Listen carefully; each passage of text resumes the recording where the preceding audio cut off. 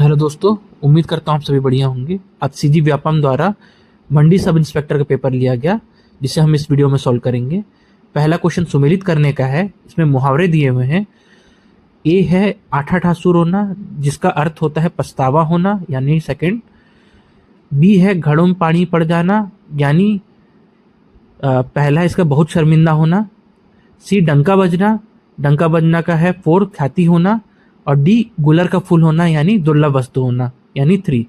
तो पहला ऑप्शन सही होगा इसमें। दूसरा प्रश्न है, दोहे के संबंध में क्या सही है? तो दोहे में 4 चरण होते हैं। पहले और तीसरे चरण यानी में 13 मात्राएं होती है, और दूसरे और चौथे चरण में 11 मात्राएं होती है। तो कुल मिलाकर जो है 24 मात्राएं होती है। इसलिए ऑप्शन नंबर सी सही है, जे, के और एम। तीसरा प्रश्न है, कवि शब्द का स्त्रीलिंग शब्द क्या है? तो इसका सही ऑप्शन होगा ऑप्शन नंबर बी, कवियत्री। अगला प्रश्न जो है कथन और कारण का है। कथन है, जिन स्वरों की उत्पत्ति किन्हीं दूसरे स्वरों से नहीं होती उन्हें मूल स्वर कहते हैं। बिल्कुल सही। कारण है, आ, ई, ए, ओ, औ मूल स्वर है। ये गलत है, ये मूल स्वर नहीं बल्कि दीर्घ स्वर है।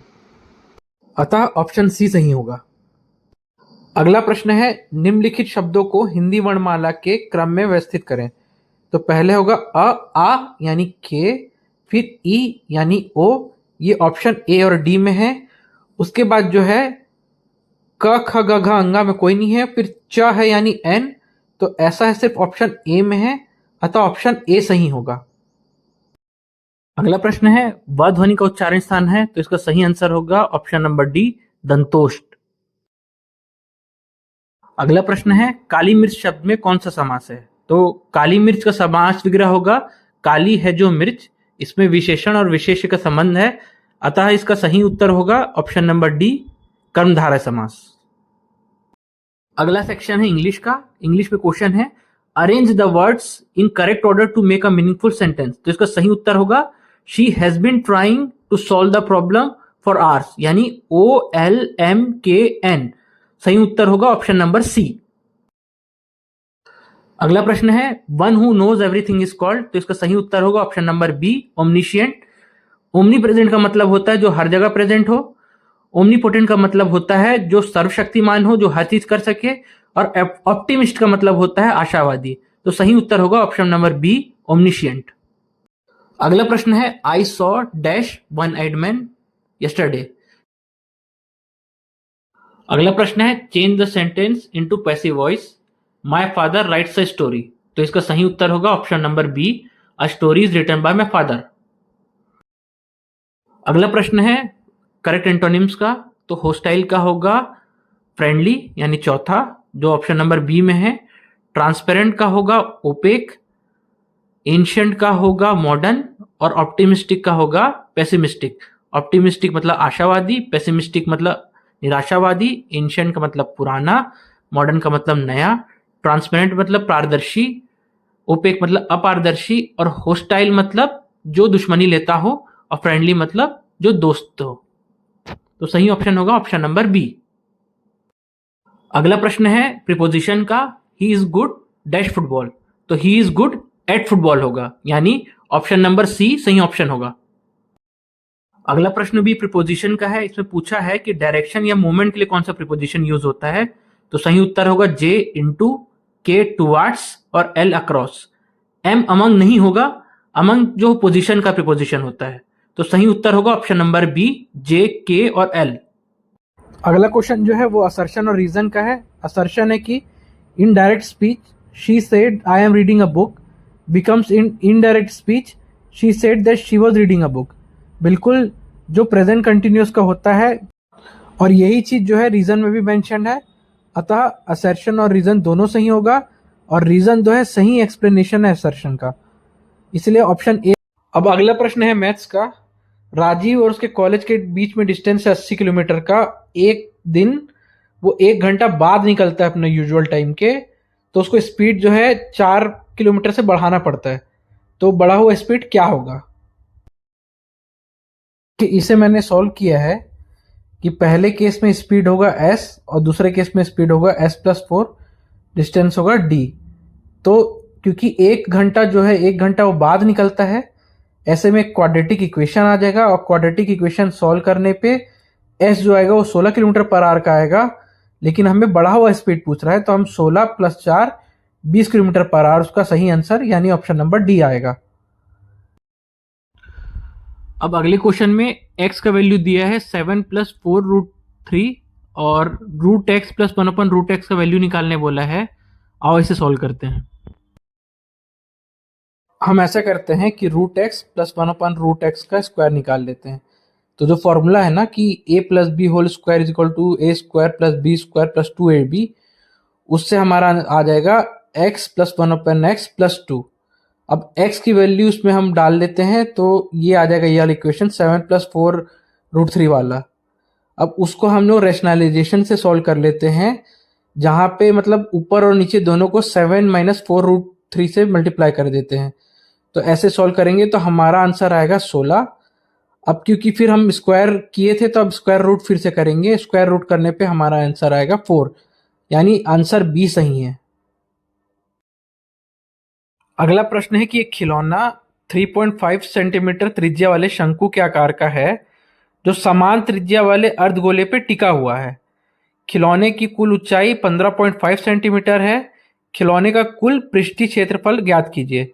तो आइए इसको सॉल्व करते हैं। ऐसे कुछ बनेगा इसका डायग्राम। इसमें टोटल हाइट दिया हुआ है 15.5 सेंटीमीटर और हेमिस्फीयर का हाइट दिया हुआ है 3.5 सेंटीमीटर। तो टोटल हाइट निकल जाएगा हमारा इसको माइनस करके 12 सेंटीमीटर।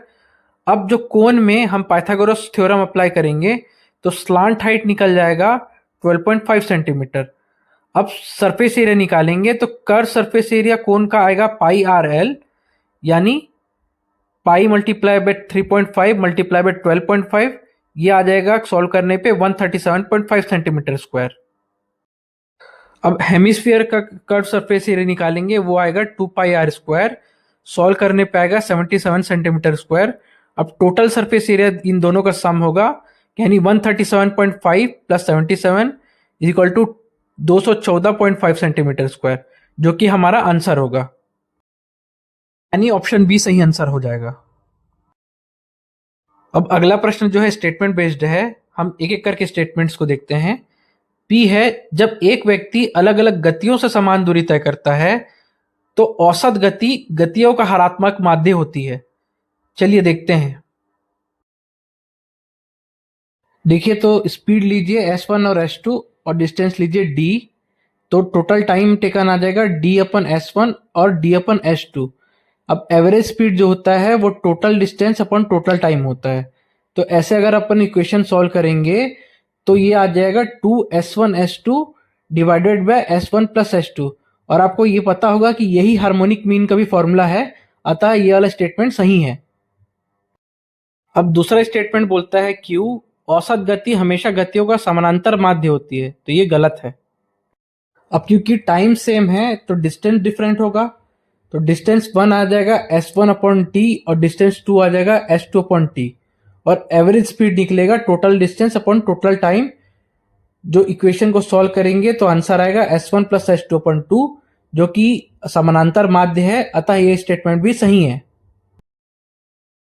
आखिरी स्टेटमेंट है S, औसत गति कुल तय की गई दूरी और कुल लगे समय पर निर्भर करती है, तो ये बिल्कुल सही है। ऐसे P, R और S सही है और Q गलत है, यानी ऑप्शन नंबर सी। अब अगला प्रश्न भी सिमिलर है। औसत गति की समस्या को हल करने में शामिल विभिन्न चरणों का प्रतिनिधित्व करने वाले निम्नलिखित कथनों पर विचार करें।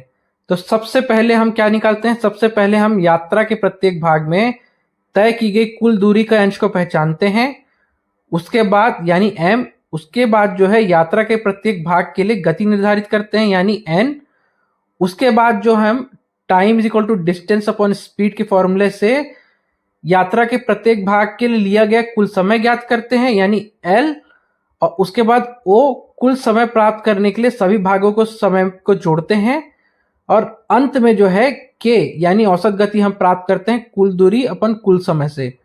तो इसके लिए सही ऑप्शन होगा ऑप्शन नंबर ए।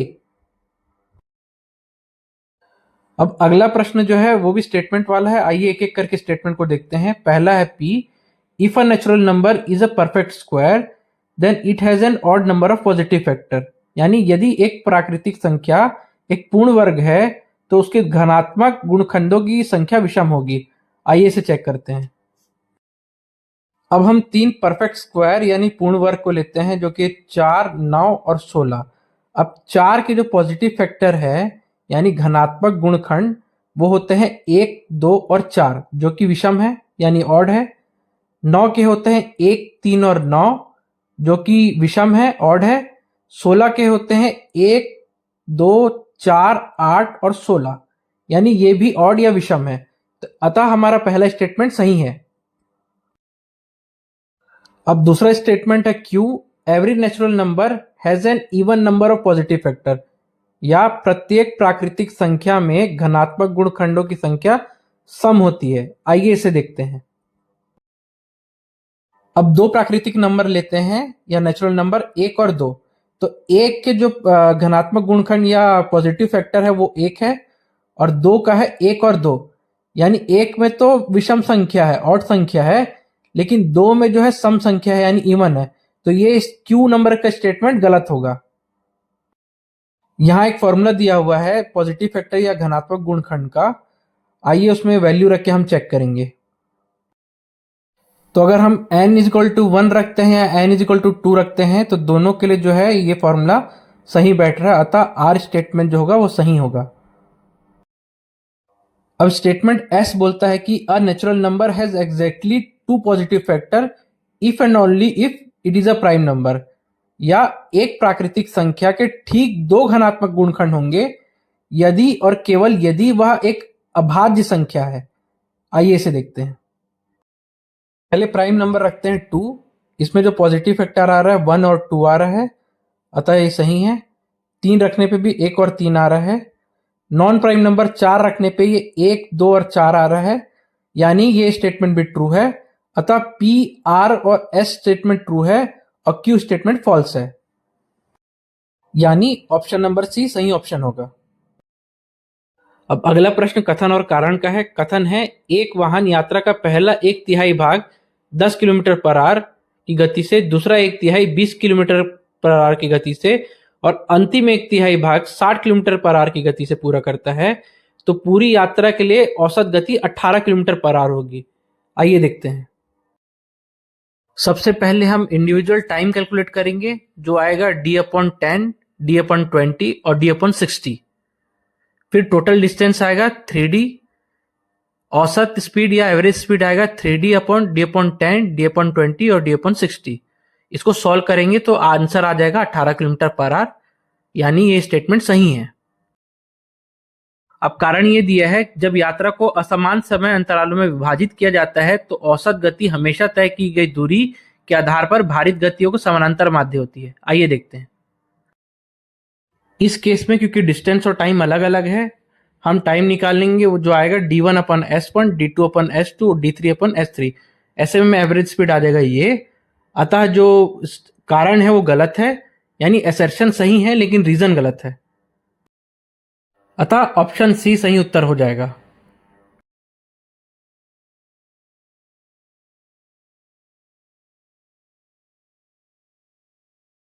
अगला प्रश्न है कोई धनराशि एक निश्चित ब्याज दर पर 5 वर्षों में स्वयं का 8/5 गुना हो जाती है। प्रति वर्ष ब्याज की दर प्रतिशत ज्ञात कीजिए। चलिए सॉल्व करते हैं। अमाउंट जो होता है प्रिंसिपल प्लस इंटरेस्ट होता है। हम प्रिंसिपल को x मान के जब इक्वेशन में रख के सॉल्व करेंगे तो हमारा आंसर जो है रेट वो 12% आ जाएगा, अतः ऑप्शन नंबर बी सही है। अगला प्रश्न है यदि 10 ग्रीटिंग कार्डों का क्रय मूल्य 8 ग्रीटिंग कार्डों के विक्रय मूल्य के बराबर है तो लाभ या हानि का प्रतिशत ज्ञात कीजिए। मान लीजिए एक कार्ड का क्रय मूल्य 1 रुपये है तो 8 कार्ड का विक्रय मूल्य 10 रुपये होगा और एक कार्ड का विक्रय मूल्य 10/8 रुपये होगा। तो हम प्रॉफिट का परसेंटेज निकाल लेंगे जो आएगा 25%, यानी ऑप्शन डी सही उत्तर है। अगला प्रश्न है एक भिन्न का अंश उसके हर से 4 कम है, यानी एक फ्रैक्शन में जो न्यूमरेटर है वो डिनोमिनेटर से 4 कम है। अंश को 2 से कम किया जाए और हर को 1 से बढ़ाया जाए तो हर अंश का 8 गुना हो जाता है। आइए सॉल्व करेंगे इसको। मान लीजिए न्यूमरेटर n है और डिनोमिनेटर d है, तो n में अगर 2 घटाएंगे और डिनोमिनेटर में 1 ऐड करेंगे तो जो डिनोमिनेटर है वो न्यूमरेटर का 8 गुना हो जाएगा।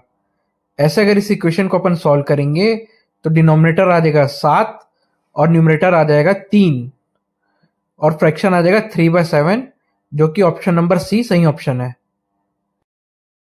अगला प्रश्न है दो पॉजिटिव इंटीजर या धनात्मक पूर्णांकों का एलसीएम निकालने का स्टेप। तो इसका सही उत्तर हो जाएगा ऑप्शन नंबर सी। सबसे पहले किसी भी नंबर को प्राइम फैक्टर्स में एक्सप्रेस करेंगे, उसके बाद आइडेंटिफाई करेंगे उस नंबर को, उसके बाद जो है जो हाईएस्ट पावर है उसको सेलेक्ट करेंगे, उसके बाद उन नंबर्स को मल्टीप्लाई करेंगे और मल्टीप्लाई करने के बाद एलसीएम जो निकलेगा उसको उन नंबर से डिवाइड करके डिविजिबिलिटी देखेंगे, जो हमारा सही क्रम रहेगा। ऑप्शन नंबर सी सही उत्तर है। अगला प्रश्न है हमें चौक में कैल्शियम, कार्बन और ऑक्सीजन का रेशियो दिया हुआ है, हमें परसेंटेज ऑफ कार्बन निकालना है चौक में। तो मान लेते हैं कैल्शियम जो है 10x है, कार्बन जो है 3x है, ऑक्सीजन जो है 12x है। तो चौक ऐसे में होगा 25x और कार्बन का परसेंटेज होगा 3/25 मल्टीप्लाई बाय 100, जो कि 12% आएगा, यानी ऑप्शन बी सही उत्तर होगा। अगला प्रश्न मैच द फॉलोइंग का है, इसका सही उत्तर होगा ऑप्शन नंबर बी, यानी वॉल्यूम ऑफ द स्फीयर होगा 4/3 pi r cube, volume of the cylinder होगा pi r square h, volume of the cone होगा 1/3 पाई आर स्क्वायर एच और वॉल्यूम ऑफ क्यूबॉइड होगा एल बी एच। अतः option B सही उत्तर होगा। अगला प्रश्न है कि घड़ी की मिनट की सुई की लंबाई 14 सेंटीमीटर है, 5 मिनट में मिनट की सुई द्वारा तय किया गया क्षेत्रफल ज्ञात कीजिए। तो इस क्वेश्चन में एरिया ऑफ सेक्टर का फॉर्मूला काम आएगा। एरिया ऑफ सेक्टर होता है θ/360 degree multiply by pi r square. Theta यानी जो एंगल वो ट्रेवर्स किया होगा, तो कोई भी कांटा जो है 60 मिनट में 360 डिग्री ट्रेवर्स करता है, तो 1 मिनट में 360 डिग्री अपॉन 60 और 5 मिनट में 30 डिग्री ट्रेवर्स करेगा। यही वैल्यू को अपन उस फॉर्मूला में डाल के निकालेंगे, तो उसका ऑप्शन आंसर आएगा option number D 154/3 centimetre square. अगला प्रश्न है difference between semi perimeter of the sides of triangle ABC are 8, 7 and 5 centimetre, find the area of the triangle. यानी हमें अर्ध परिमाप और भुजा के बीच का अंतर दे दिया है और हमें त्रिभुज का क्षेत्रफल ज्ञात करना है। हम मान लेंगे कि जो सेमी पैरामीटर होता है वो s है और ए बी सी तीनों भुजाओं की लंबाई है। इन तीनों डिफरेंस को हम ऐड कर लेंगे। हमें मालूम है s जो सेमी पैरामीटर होता है वो ए बी सी अपॉन 2 होता है। ये दोनों इक्वेशन से हमारा s आ जाएगा 20। हम एरिया ऑफ ट्राइंगल के फॉर्मूला में इसको रखेंगे, जिससे हमारा आंसर आएगा 20√14, जो कि ऑप्शन नंबर ए है। अगले प्रश्न में इक्वेशन दिया हुआ है, उसको कॉलम नंबर 2 के कंडीशन से मैच करना है, तो अपन एक एक करके चेक करेंगे इसमें। तो इनफाइनाइट नंबर ऑफ सॉल्यूशन तब होता है जब रेशो इक्वल हो। रेशो जो है k = 1 के लिए इक्वल होगा, तो a का जो आएगा वो 2 आएगा। जो इक्वेशन नंबर बी है उसके रेशो को कंपेयर करने पर वो k से इंडिपेंडेंट है, अतः वो हमेशा कंसिस्टेंट रहेगा और ऑप्शन नंबर 4 सही होगा।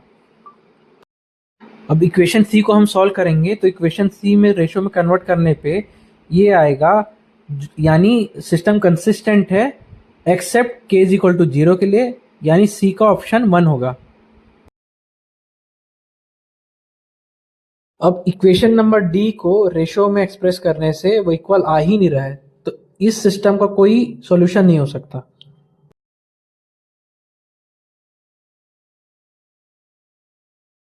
ऑप्शन नंबर डी यानी ए का 2, बी का 4, सी का 1 और डी का 3 सही उत्तर होगा। अगला प्रश्न है वह सबसे छोटी संभावित संख्या क्या है जिसे 18, 35 और 42 से विभाजित करने पर 2, 19 और 26 शेष बचते हैं। तो पहले हम 18, 35 और 42 में जो शेष संख्या बताई गई है यानी 2, 19 और 26 को घटा लेंगे, हमारा आंसर आ जाएगा तीनों में 16। उसके बाद 18, 35 और 42 का हम एलसीएम निकालेंगे, तो जो एलसीएम आ जाएगा हमारा 630। फिर एलसीएम से हम 16 को घटा लेंगे तो हमारा उत्तर आएगा 614, यानी ऑप्शन बी हमारा सही आंसर होगा। अब अगला प्रश्न है, दो घन जिनमें प्रत्येक का आयतन 64 सेंटीमीटर क्यूब है को सिर से सिर तक जोड़ा जाता है, परिणामी घनाभ का पृष्ठीय क्षेत्रफल ज्ञात कीजिए।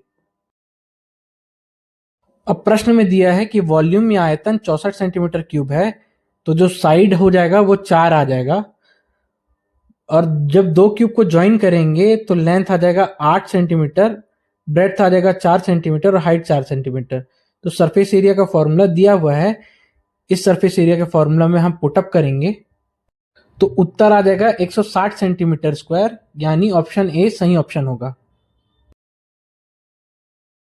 अब अगला प्रश्न मैच द फॉलोइंग का है। ए है, एक बेलनाकार वर्षा मापी में वर्षा की मात्रा या volume of rainfall in a cylindrical rain gauge, ये होगा 4 पाई आर स्क्वायर एच।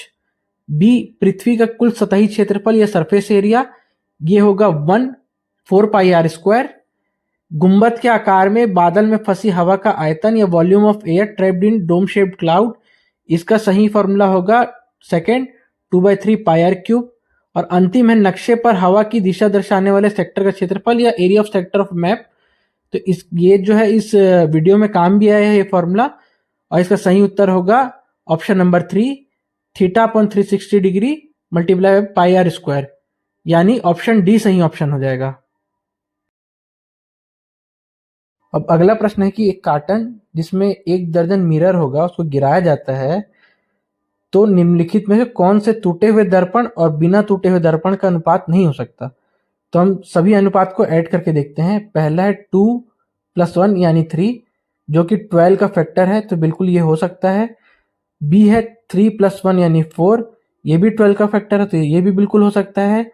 सी है 3 + 2 यानी 5, ये 12 का फैक्टर नहीं है, तो ये सी ऑप्शन नहीं हो सकता।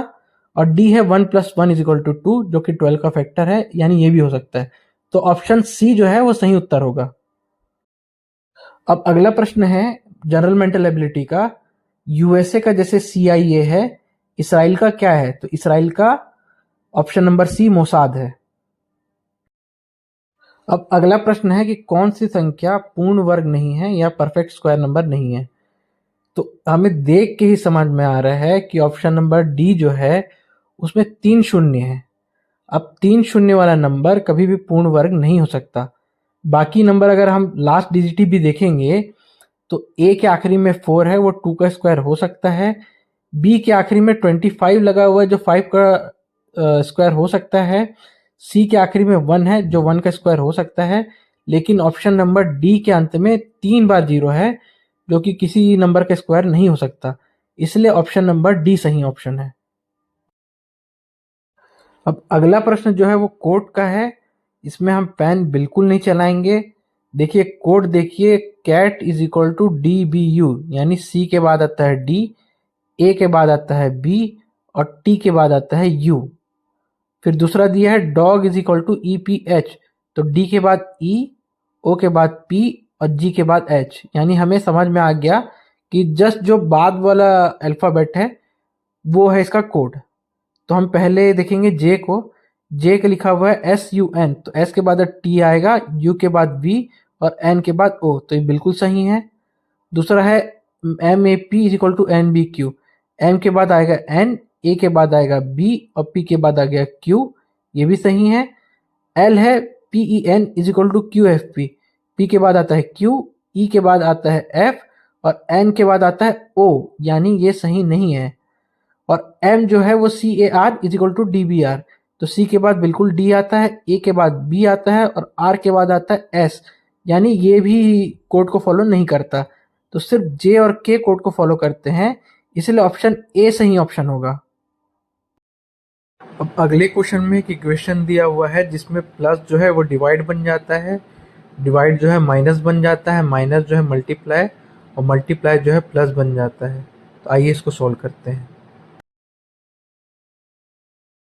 अब इक्वेशन में हम क्वेश्चन के अकॉर्डिंग चेंज करेंगे और बॉडमास का रूल लगाएंगे, तो आंसर आएगा 4, जो कि ऑप्शन डी सही होगा। अब अगला प्रश्न है कि value of September is equal to 63, January is 49 और दिसंबर इज 56। आप एक चीज गौर करेंगे कि सभी जो है 7 का मल्टीपल है। 7 9 जा 63 होता है और सितंबर में भी क्या बोलते हैं 9 अंक है। 7 7 जा 49 होता है और जनवरी में 7 अंक है और 7 8 जा 56 होता है ना। और दिसंबर में जो है 8 अंक है। अब क्योंकि अगस्त में जो है 6 अंक है तो इसी लॉजिक से अपन 6 7 जा करेंगे तो वो आएगा 42, यानी ऑप्शन नंबर बी सही ऑप्शन है। 6 7 जा जो है 42 आएगा, यानी ऑप्शन नंबर बी सही ऑप्शन है। अब अगले प्रश्न में पैटर्न ऑब्जर्व करना है तो ऑप्शन नंबर ए है 2 6 7 21 22, यानी 2 multiply by 3 is equal to 6, 6 plus 1 is equal to 7, 7 multiply by 3 is equal to 21 और 21 प्लस 1 इज इक्वल टू 22, यानी ए का जो होगा वो ऑप्शन नंबर 3 होगा। फिर बी है 3 9 27 और 81, ये साफ पता चल रहा है कि ज्योमेट्रिक प्रोग्रेशन में है, यानी बी का होगा 4। सी जो है 1 4 9 16, ये साफ पता चल रहा है कि ये जो है स्क्वायर नंबर्स है 1 2 3 और 4 का, यानी सी का होगा 1। और डी जो है 5 11 23 47, 5 multiply by 2 plus 1 is equal to 11, 11 multiply by 2 plus 1 is equal to 23, ऐसा होगा, यानी डी का होगा ऑप्शन नंबर 2। ऐसे में हमारा ऑप्शन नंबर बी सही ऑप्शन होगा। अब अगला प्रश्न जो है कथन और कारण का है। कथन है कि 19002 3 से विभाजित होता है। आइए देखते हैं। तो ये संख्या 3 से विभाजित होती है और उत्तर आता है 6334। और कारण है इसका कि 19002 का जो डिजिट सम होता है वो आता है 3, जो फिर से 3 से विभाजित होती है। 3 से विभाजन का रूल ही है कि जो डिजिट सम होना चाहिए वो 3 या 3 का जो है मल्टीपल होना चाहिए। अतः कारण और कथन दोनों सही हैं और ऑप्शन नंबर ए सही उत्तर है। अब अगला प्रश्न है for a set of natural number which one of the following is correct. प्राकृत संख्याओं के समुच्चय के लिए निम्न में से कौन सा सत्य है। तो पहला जे है ऑल प्राइम आर ऑड, यह सभी अभाज्य विषम है, बिल्कुल गलत। जो पहला ही प्राइम नंबर 2 जो है वो इवन या सम है, तो जे गलत हो गया। के 2 इज अ प्राइम नंबर, बिल्कुल सही है, यानी के सही है। एल all composite number are even, यह सभी भाज्य संख्याएं सम है, ये बिल्कुल गलत है क्योंकि 9 जो है वो कंपोजिट नंबर है और वो इवन नहीं, वो ऑड है, यानी एल जो है वो गलत है। एम है 1 is not a prime number, बिल्कुल ये को प्राइम नंबर है, ना तो प्राइम है ना नॉट प्राइम है, अतः के जो है सही है और एम जो है सही है, यानी ऑप्शन नंबर बी सही है।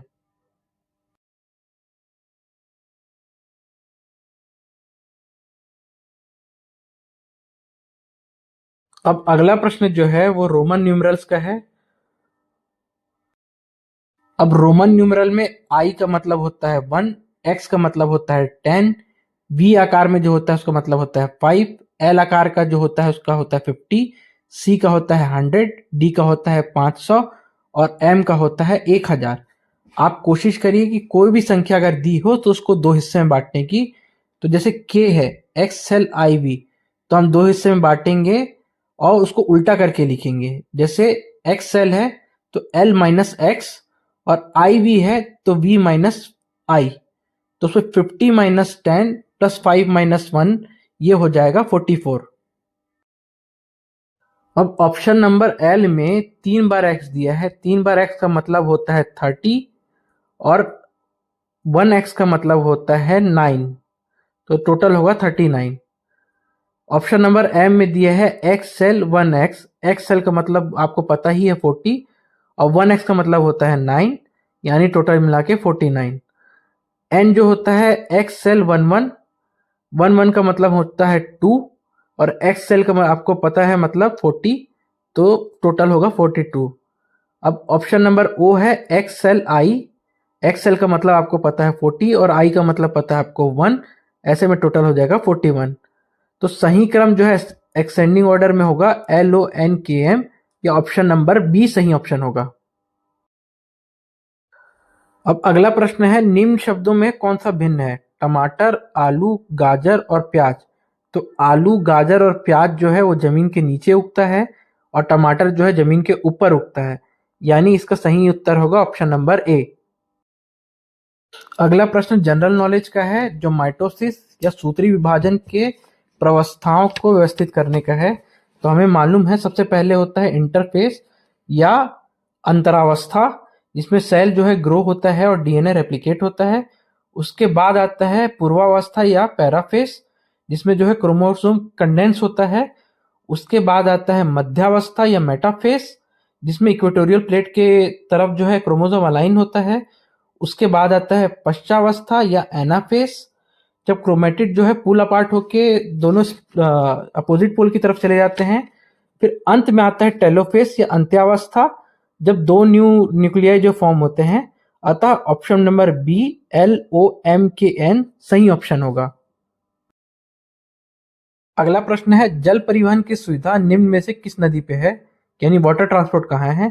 तो पहला ऑप्शन है शबरी, वो सही होगा, क्योंकि सुकमा जिले में जो कोंटा पड़ता है, कोंटा शहर पड़ता है, कोंटा से आंध्र प्रदेश के कुनावरम तक इसमें जल परिवहन की व्यवस्था है। अतः ऑप्शन नंबर ए सही ऑप्शन होगा। अगला प्रश्न है, पुष्प के निम्न में कौन सा भाग नर जनन अंग है। तो सही ऑप्शन होगा ऑप्शन नंबर सी, पुंकेसर या स्टेमन। अब अगला प्रश्न है कि कौन सा कथन सही है। तो pH = 7 न्यूट्रल या उदासीन होता है, बिल्कुल सही है। pH अगर 7 से कम होता है तो एसिडिक या अम्लीय होता है, ये भी सही है। pH अगर 7 से अधिक होता है तो एल्कलाइन या क्षारीय होता है, ये भी सही है। और pH स्केल जो रेंज फ्रॉम 1 to 7 होता है, ये गलत है। अतः ऑप्शन नंबर JKL सही है और M गलत है, यानी ऑप्शन नंबर डी सही है। क्योंकि pH स्केल 1 से 7 नहीं बल्कि 0 से 14 तक वेरी होता है। अतः ऑप्शन नंबर M जो है गलत होगा और इसका सही आंसर होगा ऑप्शन नंबर डी।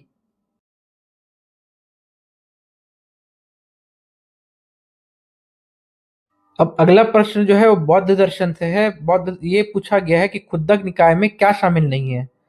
तो जो पहला विनय पिटक है ये बिल्कुल गलत है, क्योंकि 3 पिटक होते हैं बुद्ध दर्शन में। वो होता है, पहला होता है विनय पिटक। विनय पिटक में जो संघ होता है, संघ में बौद्ध भिक्षु और भिक्षुणी रहते हैं, उनके रहने के नियम दिए गए हैं। दूसरा होता है सुत्त पिटक। सुत्त पिटक में भगवान बुद्ध के जो है उपदेश संकलित किए गए हैं और ये बटा हुआ है दीर्घ निकाय, मध्यम निकाय, संयुक्त निकाय, अंगुत्तर निकाय और खुद्दक निकाय। और खुद्दक निकाय में दिया गया है, जो कहानियां दी गई है वो जातक कहानी है, थेरी गाथा है और धम्म पद है। और वहीं जो अभिधम्म पिटक है, अभिधम्म पिटक जो है वो बौद्ध दर्शन से रिलेटेड है। अतः इसका सही उत्तर होगा ऑप्शन नंबर ए। अब अगला प्रश्न जो बायोलॉजी का है कि माइटोकॉन्ड्रिया से रिलेटेड क्या है या सूत्रकणिका से संबंधित क्या है। तो इसका सही उत्तर होगा बी, क्रिस्टी। क्रिस्टी का काम होता है सरफेस एरिया को बढ़ाना, ताकि एटीपी प्रोडक्शन जो है ज्यादा हो।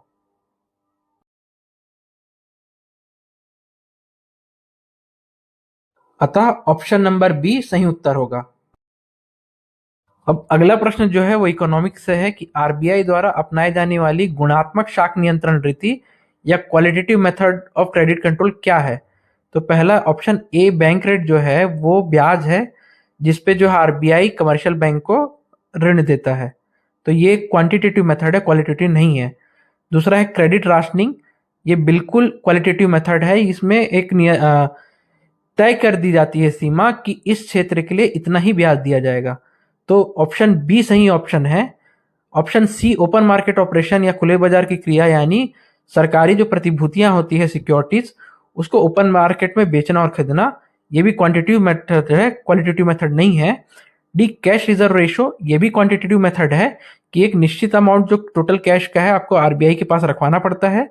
अतः ऑप्शन नंबर बी सही ऑप्शन होगा। बाकी सब क्वांटिटेटिव मेथड है और option number B, credit rationing या शाख राशनिंग, क्वालिटेटिव मेथड है। अगला प्रश्न इतिहास से है, कथन और कारण का। कथन है कि समुद्रगुप्त को लिच्छवी दौहित्र के नाम से जाना जाता है, बिल्कुल सही। मतलब लिच्छवी दौहित्र यानी लिच्छवी वंश का नवासा। प्रयाग प्रशस्ति में भी मेंशन्ड है कि समुद्रगुप्त को लिच्छवी दौहित्र कहा जाता है। कारण है उनके पिता चंद्रगुप्त प्रथम ने लिच्छवी वंश की राजकुमारी किंवार देवी से विवाह किया था। बिल्कुल सही। कथन जो है कारण का सही व्याख्या करता है, अतः ऑप्शन नंबर ए सही ऑप्शन होगा। अब अगला प्रश्न है, मानव विकास सूचकांक की धारणा दी गई है, तो इसका सही उत्तर होगा ऑप्शन नंबर डी, यूएनडीपी यानी यूनाइटेड नेशन डेवलपमेंट प्रोग्राम। अगला प्रश्न इतिहास से है, जिसमें मराठों और अंग्रेजों के मध्य हुई संधियों को कालक्रम के अनुसार व्यवस्थित करना है। तो सबसे पहले जो होती है सूरत की संधि होती है 1775 में, जब जो है पेशवा की हत्या की जाती है। तो उनके जो रघुनाथ राव होते हैं नए पेशवा, रघुनाथ राव और अंग्रेजों के बीच में एक संधि होती है। इस संधि से वो अपना बसीन और सालसेट के आइलैंड जो है वो अंग्रेजों को देता है, लेकिन ये संधि जो है पूर्ण नहीं हो पाती है, इसलिए प्रथम आंग्ल मराठा युद्ध होता है। और प्रथम आंग्ल मराठा युद्ध में सालबाई की संधि होती है 1782 में, और उसके बाद जो होता है देवगांव की संधि होती है भोसले और अंग्रेजों के मध्य, जो 17 दिसंबर 1803 में होता है। ये द्वितीय आंग्ल मराठा युद्ध का होता है। और उसके बाद सुरजी अंजनगांव की संधि होती है 30 दिसंबर 1803 दौलत राव सिंधिया और अंग्रेजों के मध्य। और अंत में राजपुर घाट की संधि होती है 1805 में होलकर और अंग्रेजों के मध्य। अतः ऑप्शन बी सही ऑप्शन होगा, ओ के एन एल और उसके बाद एम।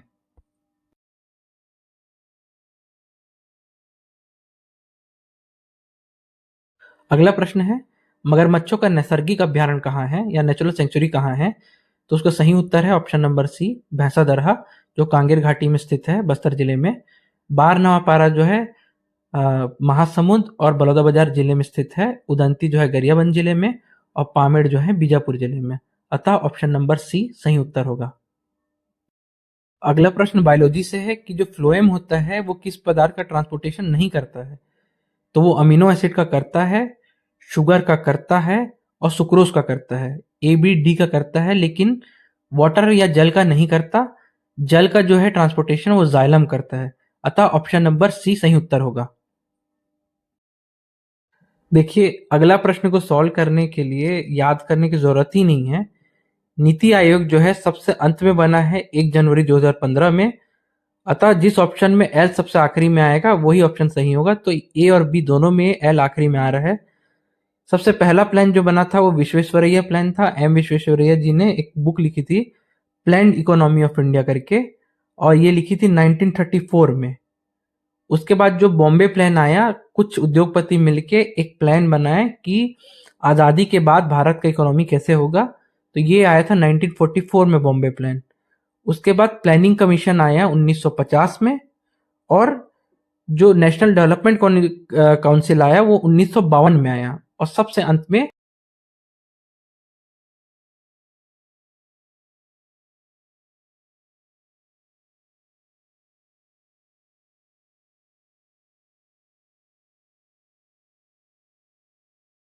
अगला प्रश्न है कि भारत का सबसे प्राचीन जो है पेट्रोलियम उत्पादन का क्षेत्र कौन सा है? तो जैसे नाम सजेस्ट करता है कि ए डिगबॉय, जब पहली बार पेट्रोलियम भारत में मिला तो अंग्रेज कहने लगे डिग बॉय यानी लड़के खोदो, तो उससे ये नाम पड़ा डिगबॉय। ऐसे आप याद कर सकते हैं कि सही उत्तर होगा option number A Digboi.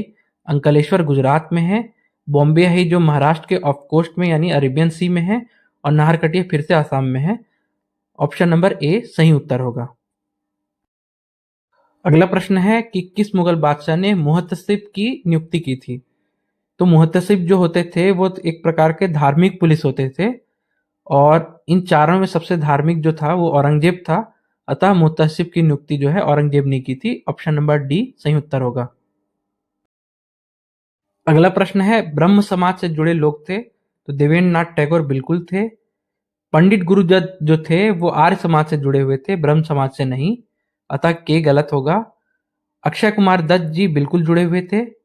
Keshav Chandra Sen जी बिल्कुल जुड़े हुए थे। अतः जे एल और एम सही होगा और के गलत। ऑप्शन नंबर सही सही उत्तर होगा। अब अगला प्रश्न जो है ये परिवहन आरक्षक पेपर में पूछा हुआ प्रश्न है। उत्तर से दक्षिण के में व्यवस्थित करने के लिए कहा गया है। तो सबसे उत्तरस्थ आएगा एल रक्सगंडा जलप्रपात जो सूरजपुर जिले में है। उसके बाद आएगा ओ केंद्रीय जलप्रपात जो कोरबा जिले में है। उसके बाद एन आएगा जतमी घटा रानी जलप्रपात जो गरियाबंद जिले में है। उसके बाद आएगा एम तीरथगढ़ जलप्रपात जो बस्तर जिले में है। और सबसे अंत में दक्षिणस्थ आएगा गुप्तेश्वर जलप्रपात जो कि सुकमा जिले में है। अतः ऑप्शन नंबर डी सही ऑप्शन होगा। परिवहन आरक्षक के पेपर को भी मैंने सॉल्व करके अपने चैनल में डाला हुआ है, आप जाके उस वीडियो को भी देख सकते हैं। अगला प्रश्न है, संविधान सभा किस प्रावधान के तहत बनाई गई थी? तो इसका सही उत्तर होगा option number C, cabinet mission योजना 1946 की। जो ए है क्रिप्स मिशन, वो 1942 में आया था। ये वर्ल्ड वॉर टू में भारत का जो समर्थन प्राप्त करने के लिए आया हुआ था। बी जो माउंटबेटन योजना है, ये भारत का विभाजन करने के लिए आया हुआ था। वेबल्स प्लान 1945 में गतिरोध को दूर करने आया था। अतः इसका सही उत्तर होगा option number C, cabinet mission योजना। अगला प्रश्न है कि गांधी जी ने दांडी यात्रा का समापन कर नमक कब बनाया था? तो दांडी यात्रा प्रारंभ हुई थी 12 मार्च 1930 साबरमती आश्रम से और अंत हुआ उसका 6 अप्रैल 1930 में। अतः ऑप्शन नंबर सी सही उत्तर होगा।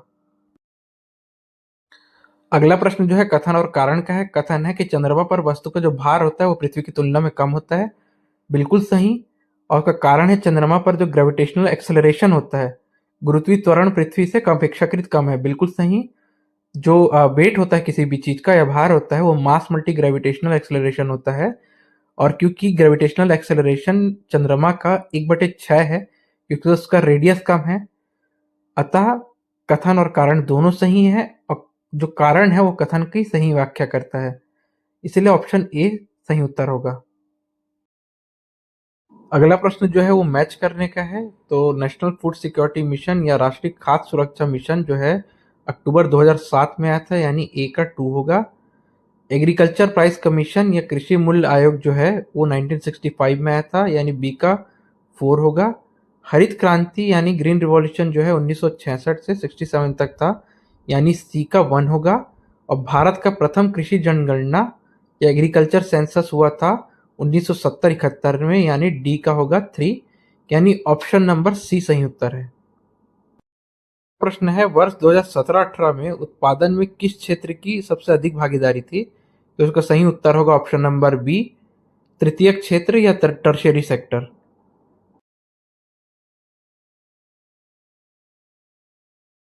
अगला प्रश्न है कि संविधान सभा की प्रथम बैठक कब आयोजित की गई थी? तो इसका सही उत्तर है 9 दिसंबर 1946 या ऑप्शन नंबर बी। इसके प्रथम जो अस्थायी अध्यक्ष थे वो सच्चिदानंद सिन्हा जी थे। अतः ऑप्शन नंबर बी सही उत्तर होगा। अगला प्रश्न है, उत्प्रेषण लेख का शाब्दिक अर्थ क्या है? तो इसका उत्तर जो है इंग्लिश वर्जन में छुपा हुआ है। रिट ऑफ सर्ट्योरारी का शाब्दिक अर्थ होता है option number D, to certify. Option number A का जो रिट है वो है habeas corpus. Option number B का है मैंडेमस। अतः ऑप्शन नंबर डी इसका सही उत्तर होगा।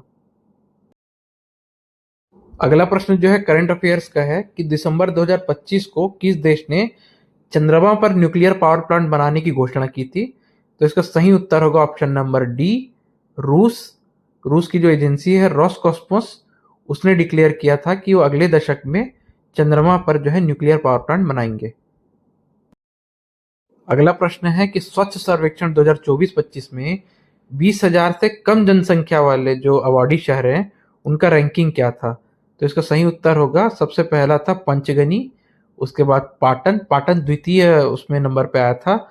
उसके बाद पन्हाला, पन्हाला के बाद विश्रामपुर और विश्रामपुर के बाद बुधनी। अतः ऑप्शन नंबर ए सही उत्तर होगा। अब यदि आपको याद रहता कि जो पाटन है, पाटन ने द्वितीय जो रैंक हासिल किया था, तो ये ऑप्शन नंबर ए और बी के बीच में ही कंफ्यूजन होता। और अगर आपको पहला शहर याद रहता कि पंचगनी जो है सबसे अव्वल आया था, तो ऑप्शन नंबर ए सही उत्तर हो जाता। अगला प्रश्न है, सांख्यिकी एवं कार्यक्रम के क्रियान्वयन मंत्रालय मोस्बी ने फरवरी 2026 में जो सीपीआई था, उपभोक्ता मूल्य सूचकांक में संशोधन किया था आधार वर्ष में, वो क्या था?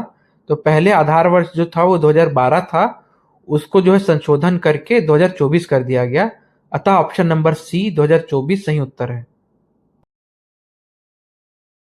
अगला प्रश्न कथन और कारण का है। कथन है कि पद्म पुरस्कार विभिन्न अनुशासन क्षेत्रों में विशिष्ट कार्य हेतु दिए जाते हैं, बिल्कुल सही है। कारण है ये पुरस्कार भारत के राष्ट्रपति द्वारा प्रतिवर्ष गणतंत्र दिवस के अवसर पर प्रदान किए जाते हैं। ये कारण भी सही है, लेकिन जो कारण है वो कथन की सही व्याख्या नहीं करता। ये दोनों जो है स्वतंत्र हैं, अतः ऑप्शन नंबर बी सही उत्तर होगा इसका। अगला प्रश्न है, मावा मोदल योजना छत्तीसगढ़ के किस जिला प्रशासन की पहल है? तो इसका सही उत्तर है ऑप्शन नंबर बी, उत्तर बस्तर कांकेर। ये योजना जो है विभिन्न गवर्नमेंट सर्विसेज के लिए निशुल्क जो कोचिंग की योजना है, अतः ऑप्शन नंबर बी इसका सही उत्तर होगा। अगला प्रश्न जो है वो नोबेल प्राइज लॉरेट को उनके कैटेगरी से जो है सुमेलित करना है। तो प्रथम है मारिया कोरिना मचाडो, ये वेनेजुएला की थी। इन्होंने डेमोक्रेसी के लिए काफी काम किया है, इसलिए इन्हें शांति का नोबेल प्राइज मिला है, यानी ए का होगा 4। बी जॉन क्लार्क जो है, इन्होंने फिजिक्स के क्षेत्र में नोबेल प्राइज जो है जीता है। इन्होंने मैक्रोस्कोपिक क्वांटम फिनोमिना के क्षेत्र में जो है काफी रिसर्च किया है। तीसरी जो मैरी ई ब्रोनको है, उन्होंने मेडिसिन के क्षेत्र में नोबेल प्राइज जीता है। इन्होंने पेरिफेरल इम्यून टॉलरेंस के क्षेत्र में इन्होंने काम किया है। और अंत में जो लाजलो हैं टी, उन्होंने साहित्य के क्षेत्र में काम किया है। इनका जो साहित्य था काफी दूरदर्शी और प्रभावशाली था, अतः ऑप्शन नंबर सी सही उत्तर होगा। अगला प्रश्न जो है फीफा वर्ल्ड कप 2026 को लेके है कि इसे अमेरिका, मैक्सिको और कनाडा ने संयुक्त आयोजन किया था। ये बिल्कुल सही है जे। के इसमें 42 टीम थी, ये गलत है, इसमें 48 टीम थी। एल इसके 3 आधिकारिक शुभंकर या मैस्कॉट थे, बिल्कुल सही है।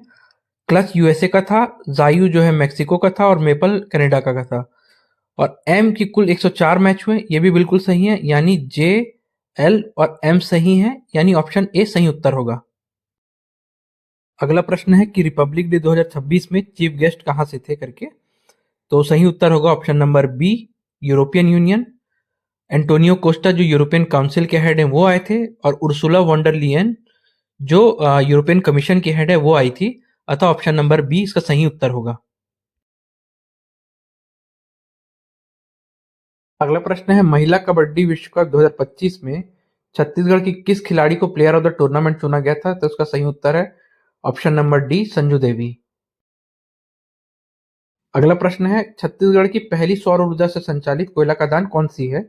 तो इसका सही उत्तर होगा ऑप्शन नंबर ए, परसा ईस्ट एवं कांताबासन खदान। अगला प्रश्न है, छत्तीसगढ़ी भाषा व साहित्य के इतिहास में क्रमवार विभाजन होगा। तो इसका सही उत्तर होगा ऑप्शन नंबर बी, सबसे पहले गाथा युग, उसके बाद भक्ति युग, उसके बाद जो है आधुनिक युग, प्रथम उन्मेष, उसके बाद द्वितीय उन्मेष और अंतिम में तृतीय उन्मेष, अतः ऑप्शन नंबर बी सही उत्तर होगा। अगला प्रश्न है, छत्तीसगढ़ के राजकीय वृक्ष साल का वैज्ञानिक नाम क्या है? तो option number A Bubalus bubalis वन भैंसे का नाम है। Option number B Shorea robusta, ये साल का नाम है। Option number C Mangifera indica, ये आम का वैज्ञानिक नाम है। और option number D Tectona grandis, ये टीक का या सागौन का वैज्ञानिक नाम है, अतः option number B Shorea robusta इसका सही उत्तर होगा। अगला प्रश्न है, मुगल काल में छत्तीसगढ़ अंचल क्या कहलाता था? तो पहला है दक्षिण कौशल, ये छत्तीसगढ़ का प्राचीन नाम था। दूसरा है चेदीसगढ़, चेदीसगढ़ जो है महाजनपद काल में छत्तीसगढ़ का नाम था। तीसरा है गोंडवाना। हाँ, यदि आप कोई भी मुगलकालीन मैप देखेंगे तो जो छत्तीसगढ़ वाला हिस्सा है वो गोंडवाना कहलाता था। एम मध्य भारत, ये गलत है, इसीलिए ऑप्शन नंबर सी सही होगा, केवल एल। अगला प्रश्न है, छत्तीसगढ़ राज्य अलंकरण पुरस्कार 2025 के जोड़ी का मिलान करें। तो प्रथम है हबीब तनवीर सम्मान, ये मिला है डॉक्टर कुंज बिहारी शर्मा जी को, यानी ए का 2 होगा। बी का पंडित सुंदरलाल शर्मा सम्मान, ये मिला है डॉक्टर चितरंजन कर जी को, यानी बी का 1 होगा। सी है दाऊ मदरा।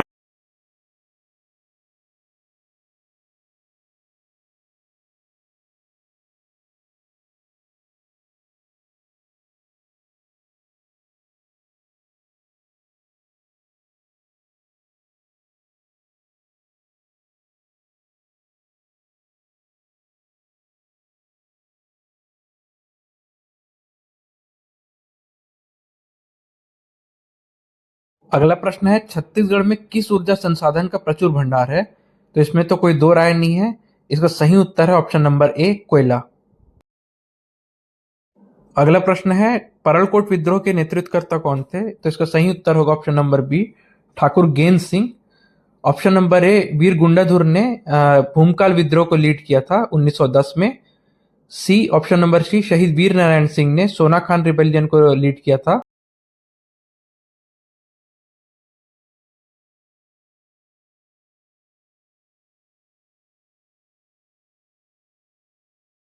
अगला प्रश्न जो है छत्तीसगढ़ के विधानसभा अध्यक्षों को कालक्रम अनुसार सुमेलित करने का है। तो हमें मालूम है जो सबसे प्रथम जो थे छत्तीसगढ़ के विधानसभा अध्यक्ष, वो थे श्री राजेंद्र प्रसाद शुक्ल। तो या तो ऑप्शन सी होगा या तो ऑप्शन डी होगा।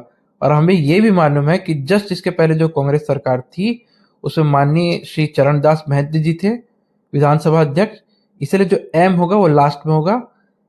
सी और डी दोनों ऑप्शन में सेम है, तो हम इसको फिर से जमाते हैं। सबसे प्रथम होंगे श्री राजेंद्र प्रसाद शुक्ल, उसके बाद होंगे एन श्री प्रेम प्रकाश पांडे जी। उस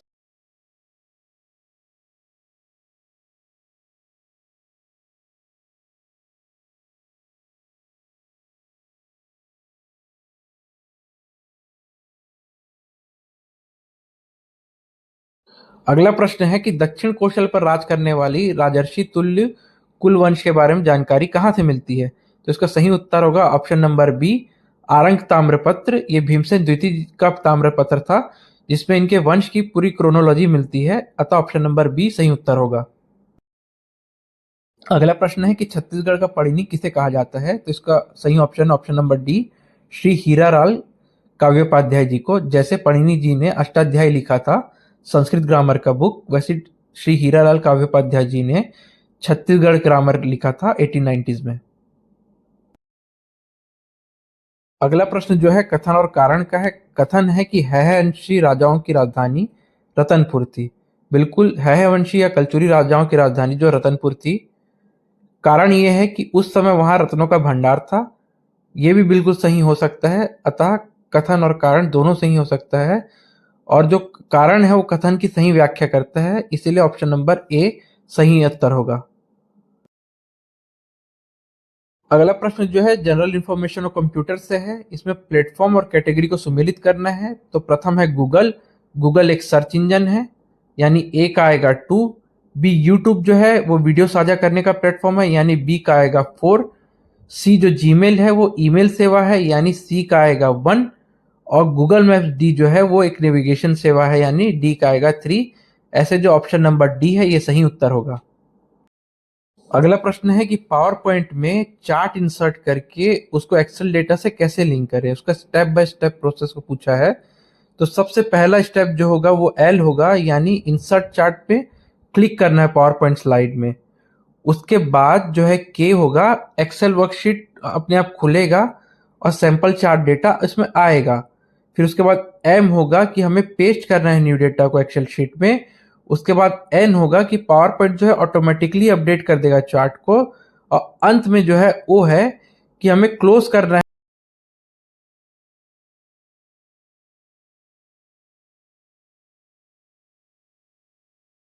अगला प्रश्न भी जो है कथन और कारण का है। कथन है कि लिनक्स एक ओपन सोर्स ऑपरेटिंग सिस्टम है। बिल्कुल, ओपन सोर्स ऑपरेटिंग सिस्टम ये होता है कि जिसका सोर्स कोड जो है अवेलेबल होता है, ओपन होता है, कोई भी अन्य व्यक्ति उसको सोर्स कोड को मॉडिफाई कर सकता है। कारण ये लिखा हुआ है कि इस सोर्स कोड को बदलने और बांटने की अनुमति होती है।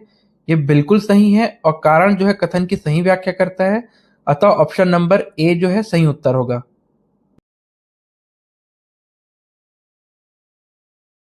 अगला प्रश्न है कि कंट्रोल यूनिट का आवश्यक भाग क्या क्या है? तो सबसे पहला है अरिथमेटिक एंड लॉजिकल यूनिट, यानी एएलयू, बिल्कुल सही है। के है कंट्रोल यूनिट, बिल्कुल सही है। एल माउस गलत है क्योंकि माउस जो है एक इनपुट डिवाइस है। और एम रजिस्टर्स बिल्कुल सही है, यानी जे, के और एम सही होगा, यानी ऑप्शन ए इस प्रश्न का सही उत्तर है। अब अगला प्रश्न है कि सीडी रोम के बारे में क्या सही है? तो सीडी रोम का फुल फॉर्म ही होता है रीड ओनली मेमोरी, अतः ऑप्शन नंबर ए सही है। अगला प्रश्न है कि वेब ब्राउजर द्वारा वेब पेज खोलने की प्रक्रिया के चरणों को सही क्रम में लगाएं। तो इसका सही उत्तर होगा ऑप्शन नंबर बी। सबसे पहला होगा के, ब्राउज़र वेब पेज को अनुरोध भेजता है। उसके बाद होगा एल, जो डीएनएस होता है या डोमेन नेम सर्विस होता है, वेबसाइट के नाम को आईपी एड्रेस पते में चेंज करता है। उसके बाद होगा एन, जो ब्राउज़र आईपी पते का उपयोग करके सर्वर से जुड़ता है। उसके बाद होगा एम, सर्वर अनुरोध को प्रोसेस करके वेब पेज को डाटा भेजता है। उसके बाद अंत में होगा ओ, ब्राउज़र से वेब पेज को प्रदर्शित करता है। अतः ऑप्शन नंबर बी इसका सही उत्तर होगा। अगला प्रश्न है कि मल्टीमीडिया का बेसिक तत्व नहीं माना जाता, तो इसका सही उत्तर होगा ऑप्शन नंबर डी। अगला प्रश्न है कि कौन सा प्रिंटर छोटे नोजल से तरल स्याही का छिड़क कर प्रिंट करता है, तो नाम ही सजेस्ट करता है कि ऑप्शन नंबर सी, जो इंकजेट प्रिंटर यानी स्याही का छिड़काव करके ये जो है प्रिंट करता है। पहला जो है लेजर प्रिंटर, वो लेजर बीम का यूज करता है। बी डॉट मैट्रिक्स प्रिंटर जो है वो डॉट डॉट करके प्रिंट करता है। डी थर्मल प्रिंटर थर्मल यानी उष्म का यूज करता है। अतः ऑप्शन नंबर सी इसका सही उत्तर होगा।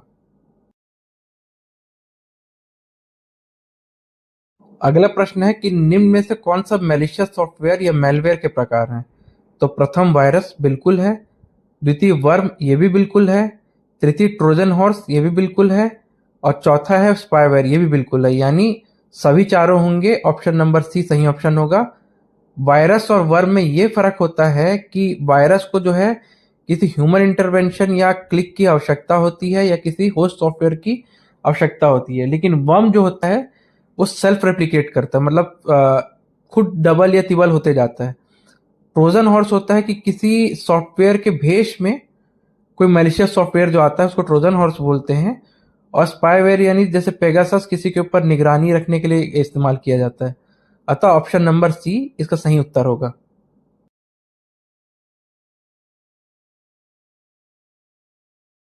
अगला प्रश्न है कि किस फाइल फॉर्मेट का उपयोग आमतौर पर कंप्रेस्ड ऑडियो फाइल के लिए किया जाता है, तो इसका सही उत्तर होगा ऑप्शन नंबर बी MP3 का।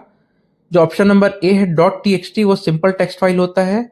सी है डॉट XLX वो एक्सेल शीट का फाइल होता है। और डी जो है डॉट जिप वो आर्काइव फाइल होता है यानी कंप्रेस्ड होता है। तो इसका सही उत्तर होगा ऑप्शन नंबर बी MP3।